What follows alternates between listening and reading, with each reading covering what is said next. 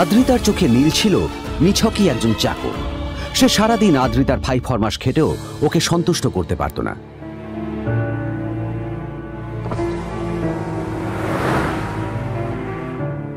এত কিছুর পরেও কেন একজন ধনী বাবা তার মেয়েকে গরিব ছেলের সাথে বিয়ে দিলেন?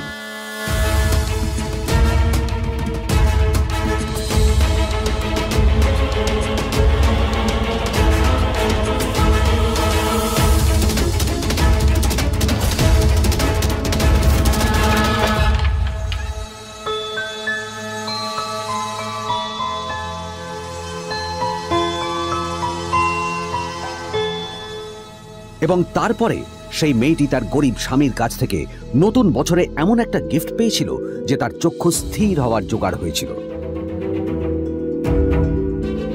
আর ওর স্বামী সম্পর্কে সত্যিটা জানার পর তো ও প্রায় অজ্ঞান হয়ে গিয়েছিল।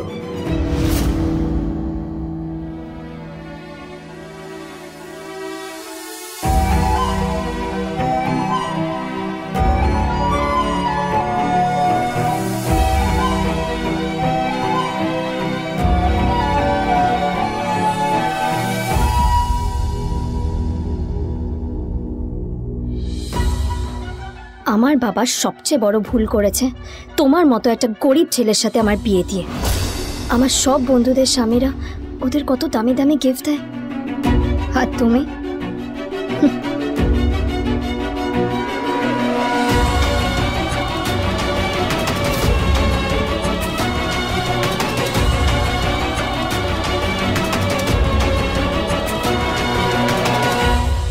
আদ্রিতা তার বাবার কথায় নীলকে বিয়ে তো করেছিল, কিন্তু ও শর্ত দিয়েছিল যেন বাড়ির বাইরের কেউ না জানতে পারে যে নীল ওর স্বামী।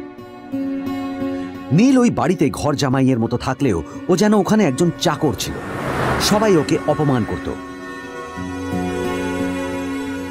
ওই বাড়িতে না ও ঠিক মতো খাবার পেত, আর না ওর কোনো আলাদা ঘর ছিল। কখনো কার্পেটের উপর ঘুমোতো, তো কখনো আবার পোষা কুকুরের ঘরের পাশে নীলকে ঘুমোতে হতো।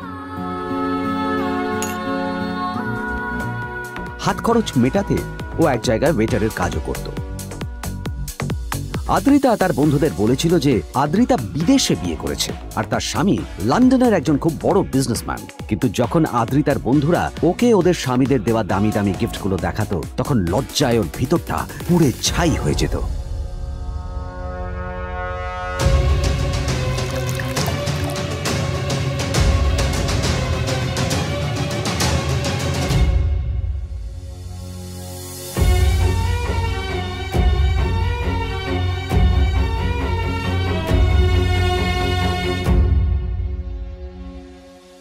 এই যে শোনো, নিউ ইয়ারে আমার একটা গিফট চাই তোমার থেকে। আর গিফট যেন দামি হয়, হ্যাঁ, মানে খুব দামি, কয়েক লাখ টাকা। ওকে? কয়েক লাখ টাকা? কিন্তু অদ্রিতা, এত টাকা আমি একসাথে কখনো দেখিনি। তোমাকে এত দামি গিফট আমি কি করে দেব? এটা তো তোমার বিয়ে করার আগে ভাবা উচিত ছিল। একজন পুরুষ মানুষ হয়ে নিজের স্ত্রীর এইটুকু ইচ্ছা তুমি পূরণ করতে পারবে না? স্ত্রীর এই কথাগুলো নীলকে আহত করে। নিঃশব্দে ওখান থেকে চলে যায় নীল।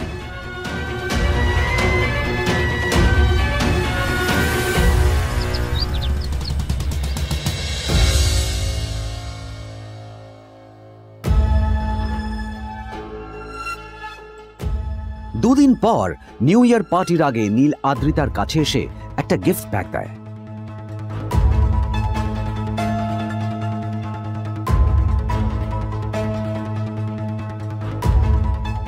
আদ্রিতা মুখ বেজার করে বাক্সটা খুলল, তবে তারপর বাক্সের ভেতরে গিফটটা দেখতেই ও চমকে গেল।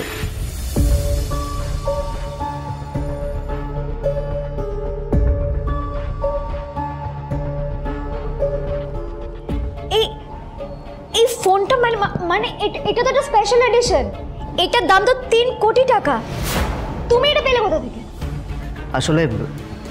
আসলে এটা অরিজিনাল নয়। আমি ওই ফোনটারই একটা কপি এনেছি।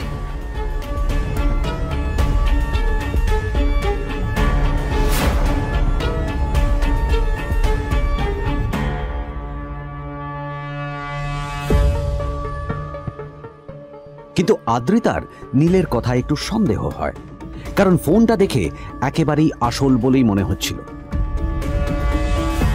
পরের দিনই আদ্রিতা ওই কোম্পানির শোরুমে গেল। এই ফোনটা একটু দেখুন না প্লিজ। ওয়াও, আচ্ছা ম্যাম, আপনি